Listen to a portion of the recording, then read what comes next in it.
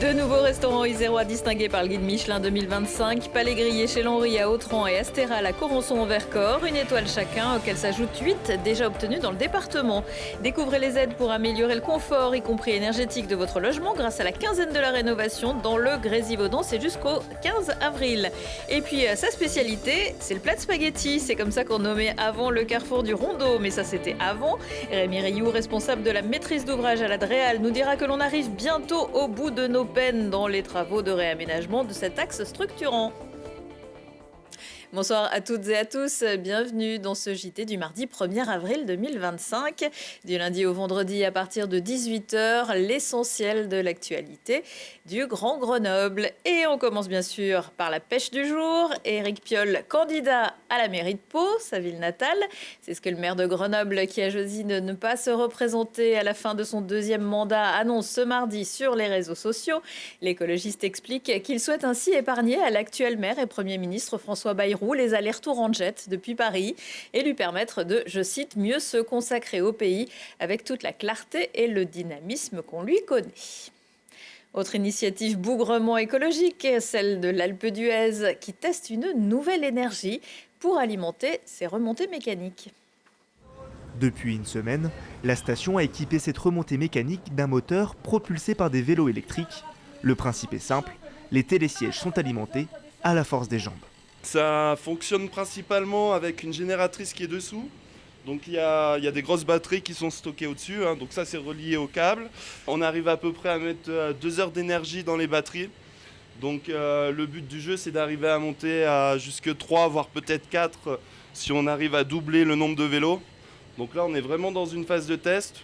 Pour l'instant tout fonctionne correctement, donc on espère pouvoir mettre ça sur plusieurs installations pour que justement avoir un peu d'électricité verte. Pour faire fonctionner cette technologie, 4 binômes se relaient chaque jour. Ça fait 1h30 qu'on pédale et on change toutes les 2 heures. Et comment se passent les fins de journée, pas trop fatigué? Bah écoutez, on fait comme on peut, mais c'est vrai qu'on préférait avant quand on n'avait pas à transpirer pour pouvoir travailler. Et voilà, ils sont presque prêts pour le Tour de France. Et il paraîtrait même que les agriculteurs du coin utilisent l'urine des participants de Tomorrowland pour fertiliser les champs, mais ce n'est qu'une rumeur.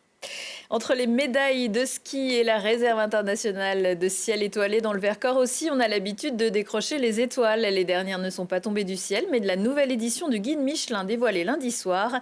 Le Palais Grillé chez Lenry à Autran-Méaudre obtient une étoile et une étoile verte qui récompense une cuisine plus durable. Guillaume Montjuret et son épouse Christelle sont installés dans la grange familiale où ils proposent des cuissons à la braise et privilégient les produits locaux. Une étoile également à Corançon au Vercors pour le restaurant de l'hôtel du Golfe, l'Astéral, où Ludovic et Nardoza réalisent une cuisine soignée et précise selon le guide.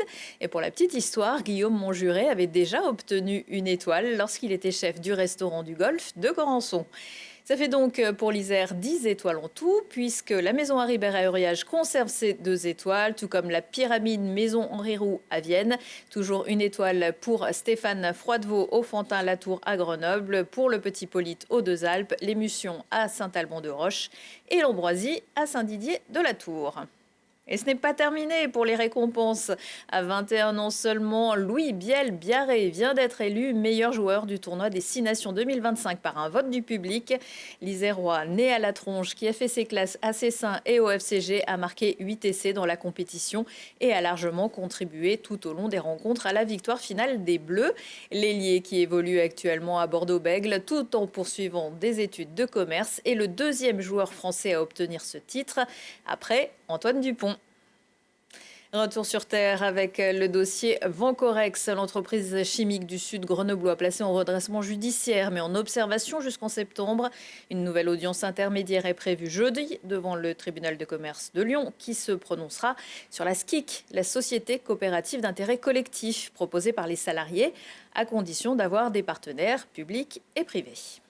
D'abord, l'investissement que pourrait faire la métropole sur la plateforme de Vancorex, on ne la connaît pas, puisque le modèle d'abord n'a pas été validé par le tribunal le 3 avril. S'il l'est, la métropole a prévu des provisions pas forcément affectées à Vancorex, mais qui pourraient tout à fait, dans le volume voté et sans dépassement de budget, déjà financer les orientations de la métropole sur la SIC qui est portée par les salariés comme la communauté commune de Pont-de-Claix ou la commune de Jarry, d'autres communes qui interviennent. Donc à budget constant, on saurait déjà intervenir.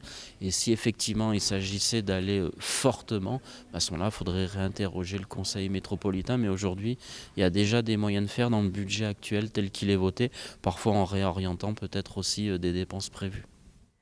La ville d'Échirolles a déjà voté lundi une participation de 30 000 € dans la société coopérative. Pont-de-Claix devrait proposer une enveloppe de 50 000 € lors de son prochain conseil municipal jeudi. Vous avez envie de changement dans votre logement, ça tombe bien, c'est la quinzaine de la rénovation qui débute dans le Grésivaudan. Moins de consommation énergétique, ce sont des économies, mais aussi plus de confort. Un coût de départ important, mais il existe des aides, Gaëtan Loiseau. Rénover pour plus de confort, d'économie et de respect de l'environnement. C'est dans cette idée que Anne, habitante de Cré-en-Beldonne, a décidé de passer le pas.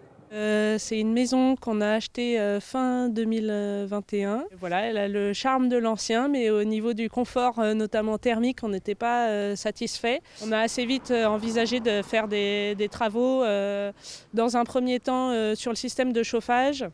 Auquel la famille a ajouté l'isolation par l'extérieur et la réfection de la couverture. Un bouquet de travaux qui a un certain coût, 115 000 €. Et en tout, sur ce montant, il y a environ 50 000 € de subventions.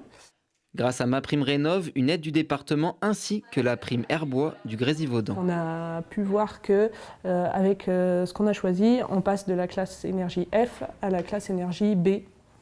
Donc voilà, on va avoir une maison presque neuve, mais avec le charme de l'ancien. Mais surtout avec de belles économies à la clé. Une réduction de charges d'environ 1 700 € par an, une fois les travaux terminés. Et un bien-être dans la maison bien supérieur, notamment grâce à ce poêle bouilleur qui chauffe l'eau sanitaire et le réseau de radiateurs. Autour du poêle, il faisait très chaud. Dans cette pièce, il pouvait faire jusqu'à 25 degrés. Et dans les chambres, on pouvait en hiver être autour de 12. Donc vraiment un manque de confort, quoi. Et là, voilà, on arrive à être entre 17 et 20 selon les moments toute la journée.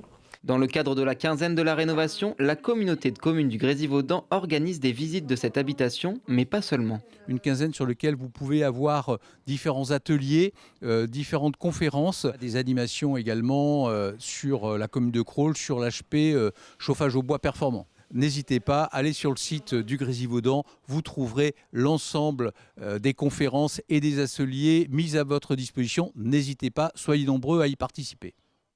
Et la maison d'Anne, c'est samedi que vous pourrez la visiter. Bien plus qu'une rénovation, le chantier de réaménagement du rondeau entre Grenoble, Cessin et Chirolles, la Rocade Sud et la 480. Si vous êtes automobiliste, vous n'avez pas pu passer à côté. Les choses s'accélèrent ces dernières semaines. On va faire le point avec vous, Rémi Rioux. Bonsoir. Bonsoir. Vous vous occupez de la maîtrise d'ouvrage pour la DREAL, la Direction régionale de l'environnement, de l'aménagement et du logement. Une première question en forme de boutade, mais aujourd'hui c'est permis. C'est pas bientôt fini ce chantier ? Alors tout à fait. Là, nous approchons de la fin du chantier. Nous mettons en service la tranchée couverte, qui est l'ouvrage principal de l'opération, dans 2 mois. Donc nous mettons d'abord un premier tube en circulation, le tube qui permet depuis la rocade de rejoindre la 480 le 27 mai matin. Et la semaine qui suivra, nous mettrons en service le tube sud qui permettra de rejoindre la rocade depuis la 480, donc les nuits des 3 et 4 juin. C'est un chantier hors norme ? Tout à fait. Il faut avoir en tête que nous sommes sur un flux de véhicules de 100 000 véhicules jour sur la rocade, 100 000 véhicules jour sur la 480, des flux également locaux, notamment sur le cours de la Libération. Nous avons donc réalisé une tranchée couverte avec tous ces flux, donc en les maintenant, ce qui a nécessité de nombreuses voiries provisoires, un investissement de 10 millions d'euros pour ces aménagements provisoires qui permettent de maintenir les flux. Et en parallèle, nous avons creusé en souterrain pour pouvoir réaliser cette tranchée couverte qui est l'équivalent d'un tunnel, même si ce ne sont pas les mêmes techniques pour la réalisation des travaux. Donc ce jour, voilà, cela reste une prouesse technique. En ce moment, qu'est-ce qui se passe ? On finalise là autour de cette tranchée ? Tout à fait. En ce moment, donc, nous faisons les derniers travaux sur la tranchée couverte, sachant qu'il y a également une partie que l'on appelle en tranchée ouverte qui permet de relier la tranchée couverte à la rocade existante avant les travaux. Donc cela permet notamment d'avoir la même hauteur, de rétablir cette hauteur-là. Donc nous réalisons les derniers travaux, donc nous aurons notamment certains dispositifs de retenue, la réalisation des couches de chaussée, le marquage. Ça va nécessiter encore des coupures ? Alors pour les coupures, donc nous avons actuellement la bretelle qui permet de rejoindre la 480 Sud qui est fermée. Nous faisons également les travaux définitifs au niveau de cette bretelle, ainsi que la bretelle qui permet de rejoindre la 480 Nord. Ensuite, durant l'été, nous allons fermer durant 3 semaines la liaison entre la RD6 et la RN 87 pour la réalisation notamment des aménagements de surface. Et ensuite, également pendant l'été, pendant 3 semaines, nous allons fermer la bretelle qui permet depuis la 480 Sud de rejoindre la rocade. Et nous pourrons réouvrir cette bretelle les week-ends. On a parlé des voitures, mais ce réaménagement il concerne également les cyclistes. Il y a eu récemment une passerelle qui a été installée en plusieurs fois aussi, qui a nécessité la coupure totale pendant la nuit de l'autoroute. Tout à fait.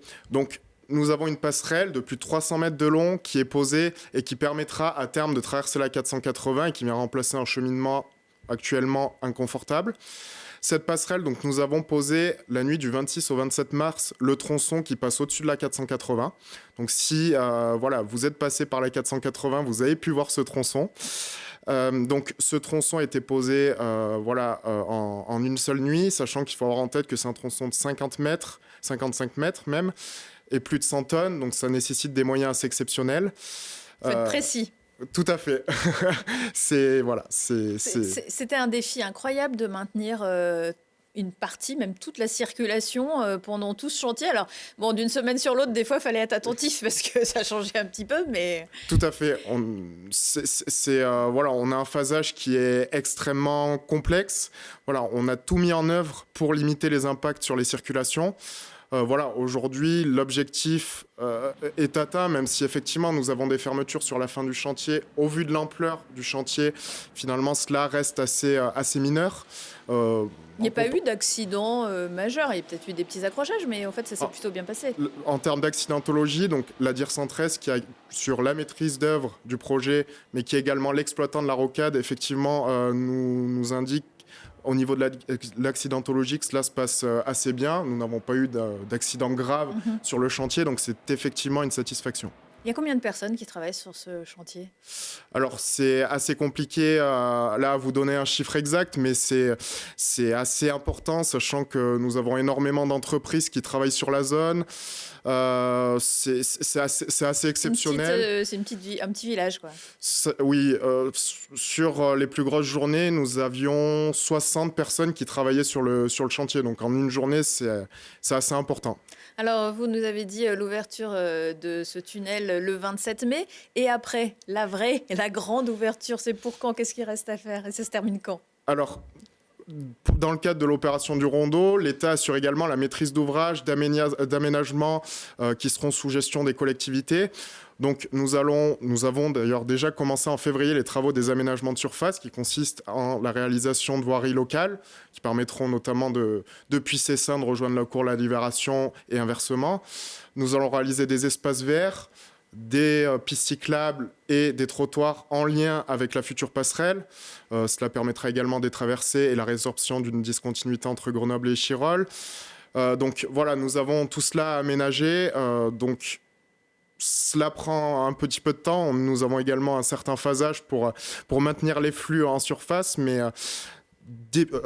fin du premier trimestre 2026, nous aurons achevé les travaux du Rondeau. On vous reverra certainement d'ici là. Merci beaucoup, Rémi Rioux. C'est le moment de remplir vos étagères. La bibliothèque municipale de Grenoble organise du 2 au 4 avril sa traditionnelle vente de documents déclassés cette année à l'Hôtel de Ville. Des revues, poches, romans, BD, partitions, jeux et beaux livres encore en bon état, issus des 12 bibliothèques grenobloises et vendus entre 10 centimes et 3 € l'unité.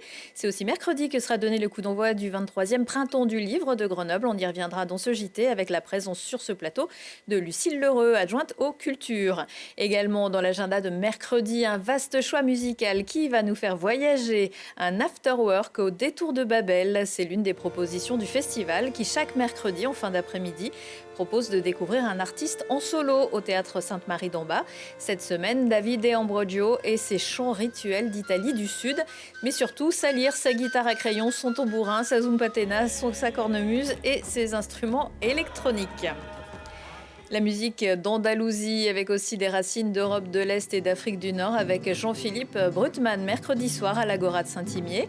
Guitariste autodidacte, sa virtuosité fut découverte à l'âge de 8 ans aux côtés de Baden-Powell ou Manitas de Platas. Autour de son trio organique et de son emblématique Folia Flamenca, il convoque aussi la danse et le jazz.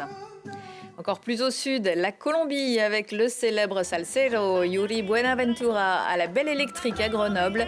Il vient présenter son dernier album enregistré dans le New Jersey, masterisé à Buenos Aires et décrit par son auteur comme un rêve musical. Un album hommage à la musique latine de New York. Mais c'est avec une Suissesse qu'on se quitte. Johanna en concert mercredi à la Source de Fontaine. Plus apaisée qu'à ses débuts, elle sera sur scène avec son accordéon et le percussionniste Mathieu Goust. L'actu revient dans 1 heure et en replay sur télégrenoble.net. Tout de suite la météo avec un mercredi qui reste lumineux. Excellente soirée à tous. La roche, je vais nager sans connaître la houle. Nager, nager jusqu'à ce que mon corps coule. Nager, nager à en perdre le nord, à en perdre le souffle, à sortir, à sortir.